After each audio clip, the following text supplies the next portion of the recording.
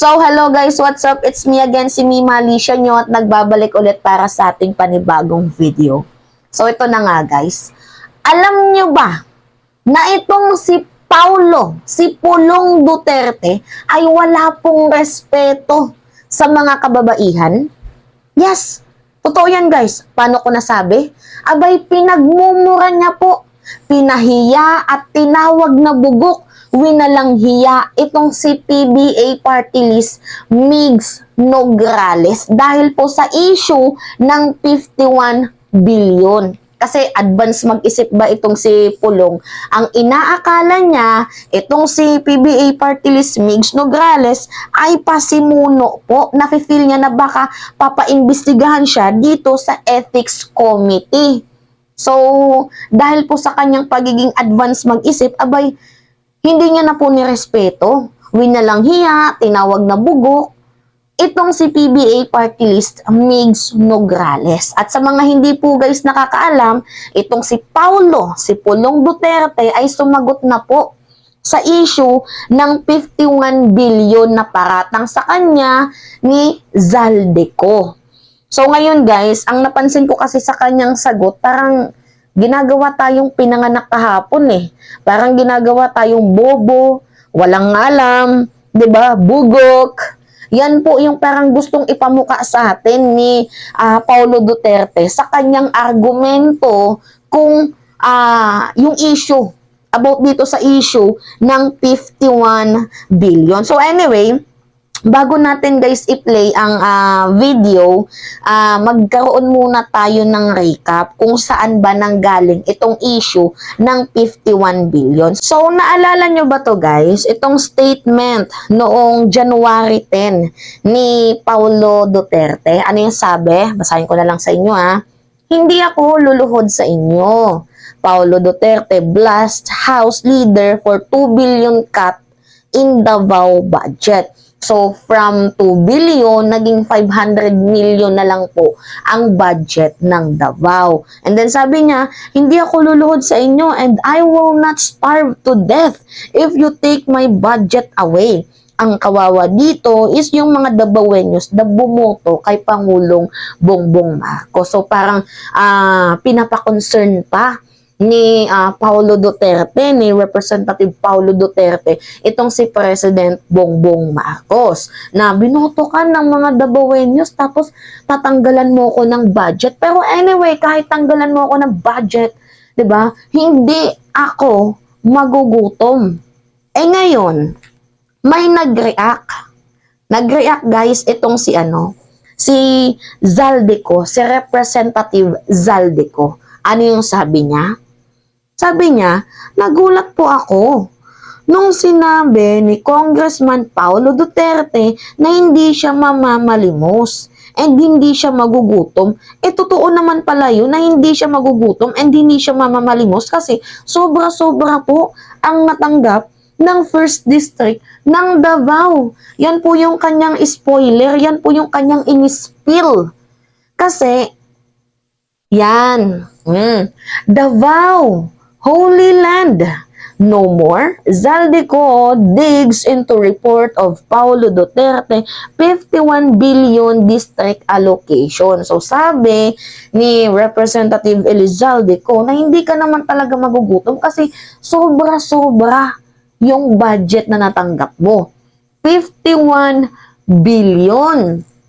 Sa loob lamang po yan guys ng huling 3 taon ng kanyang ama. And para sa akin, 'di ba, it is very questionable to the point na saan napunta yung pera, saan kayo nakakuha ng ganyang pondo. Kasi guys, that time nung huling 3 taon ng kanyang ama, pandemic po nun. Wala pong pera ang Pilipinas to the point na nagkautang-utang po tayo para pambili ng vaccine, ng gamot, 'di ba, ng mga facilities sa hospital, 'di ba, yung mga dress ng mga nurses ba yan, ng mga ano na yan, 'di ba, yung mga COVID mask, yung mga ganun. 'Di ba kasi nga pandemic during that time. Kaya nga nagtaka ako, saan kayo nakakuha ng budget. But anyway, ito po yung spoiler ni Elizalde ko. So, dito po nagsimula ang issue ng 51 billion. And confirm naman po ito, guys. Confirm po ito ng DPWH. Ito yung sabi, DPWH confirms 51 billion allocation to Paulo Duterte's district in last 3 years of Rudy's term. So, kinumpirma po ng DPWH na totoo po ang budget na 51 billion ni Pulong Duterte. Now, anyway, sinagot niya po yung kanyang, yung tanong na yan about sa issue ng 51 billion dito po sa prayer rally doon sa Davao, sa naganap na prayer rally doon sa Davao. So, kabilang na din po dito yung minura niya itong si PBA Party List Representative Migs Nograles. So, panoodin muna natin tong video niya so bago tayong magbigay ng further comments. Kaning mga kalaban nako gahulat yun kung kanus ako motingog. So kahit pagpagawas na to akong statement, nagsugod na po sila bigay sa Kuwas Manila. Akong asawa na suko, naluoy ko sa akong mga anak, kay makita nila sa ilang Instagram, gasugod nagbigay. Binayran man na tanan. Kanang Facebook, binayran na, makita ninyo sponsored. Unsay mo gawas sa akong baba karon, ilan ang lisuon against sa kuha. Anak ng trabaho, anak mga na akong papaga na akong amahan kagunit sa baston ribungal sa kuha. Karon tulo ka speaker akong nagian ani akong kinabuhi sa politika. Na si Congressman Alvarez na imong speaker. Si Cayetano na imo na akong speaker. Si Velasco na imo na akong speaker. Karon ra ko kitag mga congressman Ay, na hadlok sa galit. ilang speaker. Galit Nga na. naman Mahart-attack tani. Mahart-attack tani. Naglain na tinanawan akong mahan sa kuha. Nganong hadlok man? Duhara man na. Hadlok patanggal pagka-congressman, parehas gibuhat nilang Arnie Tevez, kay ethics ka. Dito po ko padulong, sigurado. Yan naman ako ng party list na babae diya. Yan, party list na babae. Nagpuusag ko ako kabalo. Sige. Gusto ka dahi mag-hearing tas Congress, ana ako ang ginahit. Isulti pa ninyo, gipulsang 51 bill. Yan, rinig nyo? Pagita ng bangko dari Pilipinas, mo release ana. Tunto kang bayhana ka. Grabe, no? 51 billion. Kadungog mo itong iro nga akong ginimanda, ato karon padayon man among kaso. Di na kayo sulti ang pangalan, di mo si Katsa. Yan. Si Congressman yan. Nograles. Migs Kada Nograles pa. tao daw dapat sa akong distrito nanay balay tungod atong 51 billion. Tonto! Pagpila nga balay akong buhaton, tagisagatos. Kapugo ni mo. Diba? Huwag nga na ko. Kanibali na po ni tanan sa kuha ugma, sigurado ni. Tala ni Tevez silang itanggal. Paspas kayo. Mga pilugsum, di nila papilon. Kay kinahanglan presence. Hadlok ang tao patyon. Anong imo mga hadlokon? Kaning mga kauban akong congressman. Sorry, Congressman Beans, Congressman Ungap. Di mo rin Congressman Alvarez. Tawa man din sila na hadlok. Ambot, Congressman Beans. O man na hadlok, no? Basti kaniya. Isulti. Kung masugatan kaniya, speaker, tamparuson kaniya. Mutanaw lang ko di. Kay pagtindog balik, ako'y sumpag. Anong, na.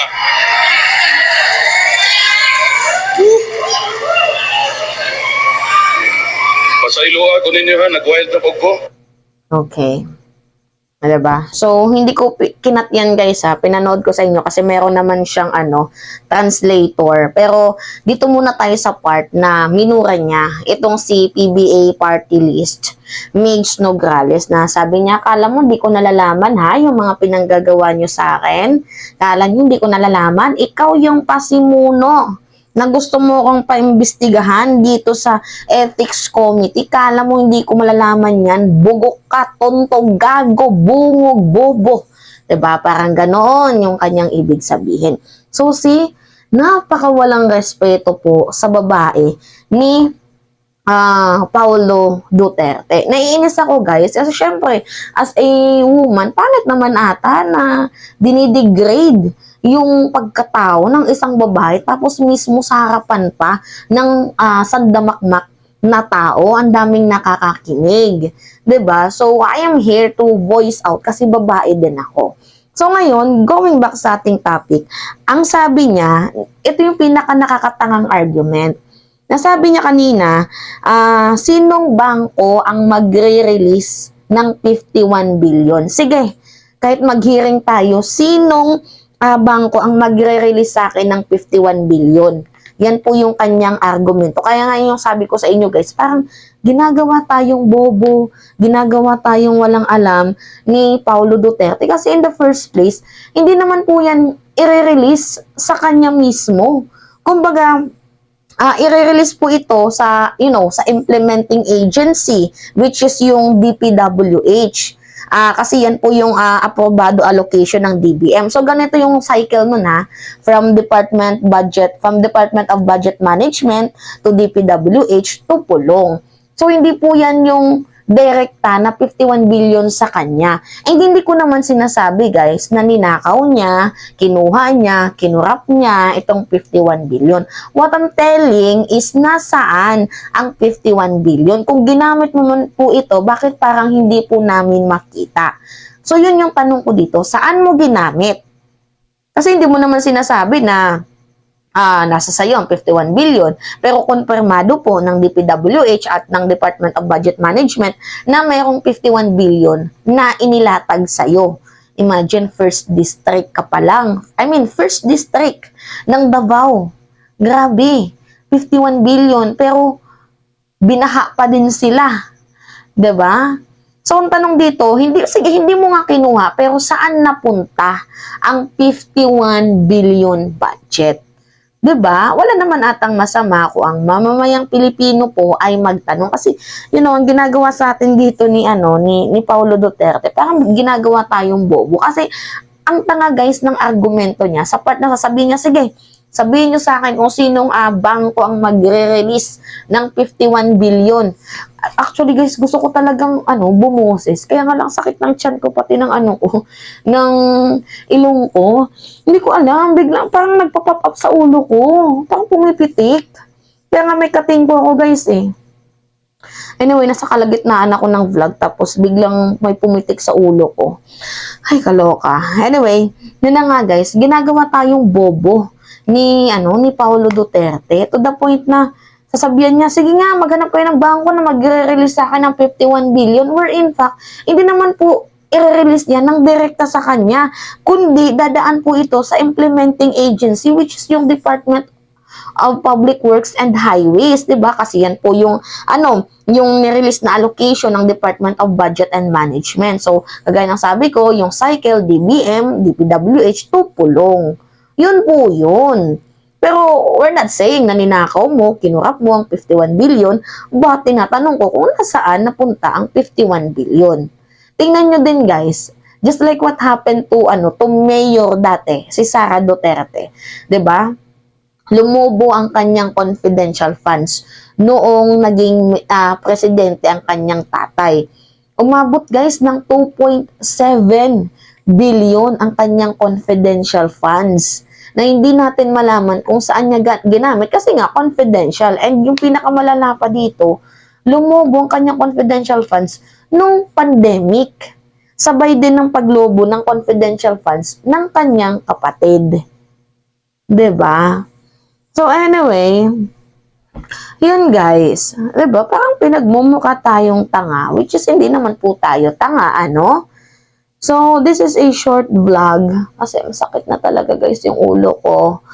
At least, na ihayag ko itong message na to para sa mga kababaihan at yung issue sa 51 billion. Anyway, thank you Takeru Miyamoto kasi ni-refresh mo ulit itong topic na to. Which is talagang itong topic na to, hindi po natin na i-content kasi nag-focus tayo dito kay Baste at sa ginawang mura ni former President Rodrigo Roa Duterte. Thank you for bringing up this this issue again to to remind the people about the issue of 51 billion. Anyway, that's it guys. It's me again, si Mima Alicia nyo, at nagbabalik ulit para sa ating panibagong video.